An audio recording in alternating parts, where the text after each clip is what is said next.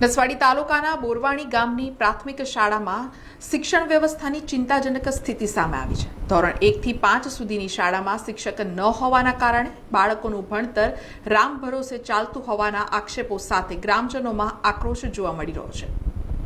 નસવાડી તાલુકાના બોરવાણી ગામની પ્રાથમિક શાળામાં શિક્ષણ વ્યવસ્થા પર પ્રશ્નચિહ્ન ઊભા થયા છે। ધોરણ 1 થી 5 સુધી ચાલતી આ શાળામાં નિયમિત શિક્ષકોની અછત હોવાના કારણે બાળકોનું ભણતર પ્રભાવિત થઈ રહ્યું છે।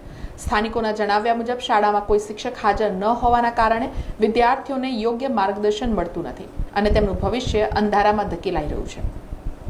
ગ્રામજનો અને વાલીઓએ આ મામલે અનેક વખત શિક્ષણ વિભાગને રજૂઆત કરી હોવા છતાં હજુ સુધી કોઈ યોગ્ય કાર્યવાહી ન થતા નારાજગી વ્યક્ત કરી છે।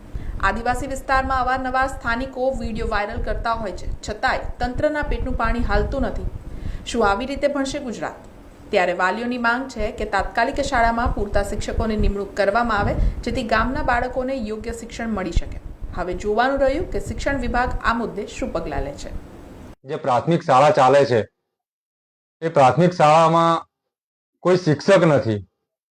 આજે અમે જોયું તો શાળાના જે બાળકો છે 1 થી 5 ધોરણના એમને ફક્ત એક પેલો સંચાલક છે એ લઈને બેઠો હતો।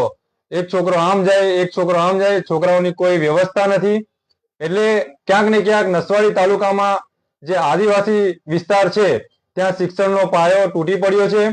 ભારતીય જનતા પાર્ટીની સરકાર જે શિક્ષણ ઉપર ભાર આપે છે અને શિક્ષણ માટે અમે આટલા રૂપિયા ફાળવ્યા, અમે આટલી ગ્રાન્ટો આપી, અમે શિક્ષણનો આટલો વિકાસ કર્યો, અમે આટલા વિદ્યાર્થીઓનો વિકાસ કર્યો, આ જે વાતો કરે છે એ ફક્ત ને ફક્ત કાગળ ઉપર વાતો કરે છે।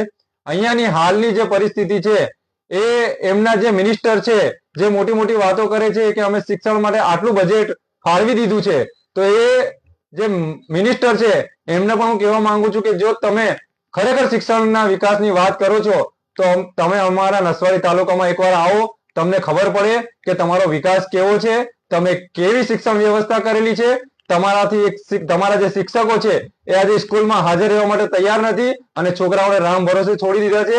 એટલે હું ભારતીય જનતા પાર્ટીની સરકારને, એમના તંત્રને, એમના મિનિસ્ટરને જે મોટી મોટી વાતો કરે છે એમને કહેવા માંગુ છું કે તમે અમારા નસવાડી તાલુકામાં આવો, તમને ખબર પડે કે અહીંયા તમારો જે પાયો છે એ કેવો છે, પછી વાત કરો એટલે તમને પણ જે સાચી જાણકારી છે એ ખબર પડે। સમાચારોના સતત અપડેટ માટે TNN ન્યૂઝને YouTube પર સબસ્ક્રાઇબ કરી બેલ આઇકોન પ્રેસ કરો અને અમારી સાથે જોડાયેલા રહો Facebook, Instagram અને Twitter ઉપર।